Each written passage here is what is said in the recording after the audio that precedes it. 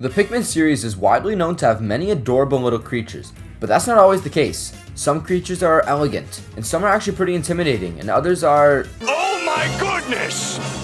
Squidward! hideous. But I was always told, beauty is in the eye of the beholder, meaning everyone has a different perception of beauty. Some things are just objectively cute. Most things are usually debatable, but there's a few things in this world that are absolute abominations to anyone who lays their eyes on them. So today we're going to throw all respect and compassion out the window and rank the most hideous creatures in Pikmin 4. If you couldn't tell by now, this is a funny haha video, so don't take anything I say too seriously. A lot of you guys may think the creatures I talk about in this video are cute or cool, but I don't. I think they're fucking ugly. Coming in at our number 10 spot, we have the Water Dumple. In the past, this thing was never attractive, but now that we have it in HD, it looks even more hideous. No eyes, no face, just a big ass mouth. This thing looks like the lip Sylvest from SpongeBob, and the fact that it has no arms or legs and it just slugs around makes it even more gross. In our number 9 spot, we have the Hermit Crawmad. Now I know crustaceans aren't supposed to be cute animals, but somehow Nintendo found a way to make them as ugly as possible in this game. Its face looks like it was smushed, and when it crawls out of its little hole, its fat naked ass starts wiggling around the place. Like, put on some pants, man. In 8th place, we got the Creeping Chrysanthemum. Jesus. In 8th place, we got the Creeping Chrysanthemum. Back in Pikmin 2, this thing had a pretty cool design.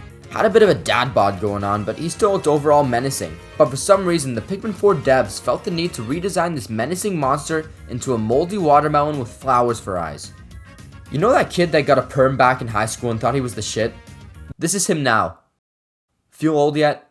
The moldy Bulborb takes our number 7 spot as the most hideous creature in this game. It's a Bulborb that just casually walks around with literal mold growing out of its head. This is the Pikmin equivalent of a clicker from The Last of Us. That's not an accomplishment. Our number 6 spot gets a lot less gross and a lot more disturbing. Let me introduce you to the reason humans should stop crossbreeding with animals. Because if you fuck around with nature, you'll get this. The bearded Damprat looks like a hybrid of a Shih Tzu, a rodent, and a frog. But when this thing lifts its beard, it reveals a pair of completely human and proper teeth. And to make things even worse, it's one of the few enemies designed to visibly have an asshole. But oh no, don't worry. There's an even bigger asshole in Pikmin 4, and yes, I'm talking about the Empress Bulbwax. Now, design-wise, it's kinda cool. It's the mother of all Bulborbs. But there's one big issue here that makes me despise everything about this monstrosity.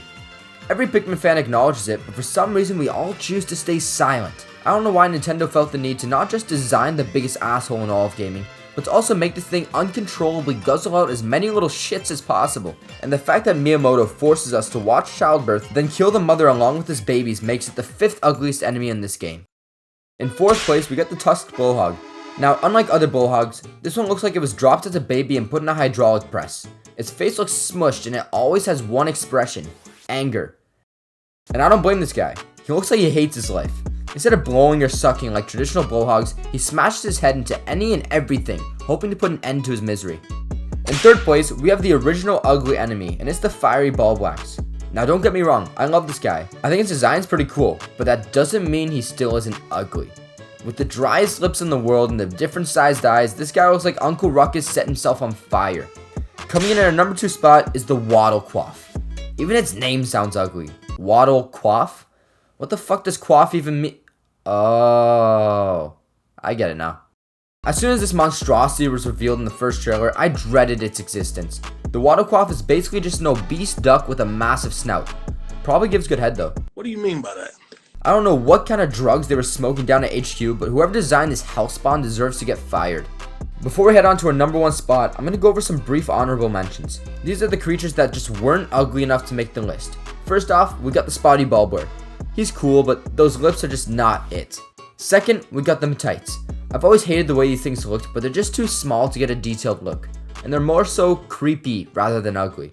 And for our last honorable mention, we have the Foolix. Overall, a very cool enemy, resembling the Gulix and the Plasmawraith.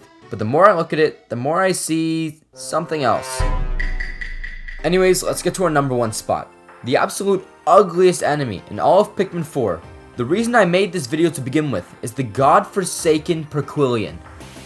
Where do I even start with this one? Its proportions are completely off. This thing has a huge body with a tiny ass face and stubby legs. Zoom in on that face for a split second and you'll quickly realize this thing hates itself as much as I do. Why do its eyes pop out like that? Why does its nose look like a saggy ball sack? Why does this thing look like a recovering alcoholic? Even its idle animation is ugly. This thing just shivers like a whipped dog. The Perquillian has to be the most hideous creature I've seen in any video game. Now just because these creatures are an eyesore, does that mean we should treat them any different from the others? Take a look at nature.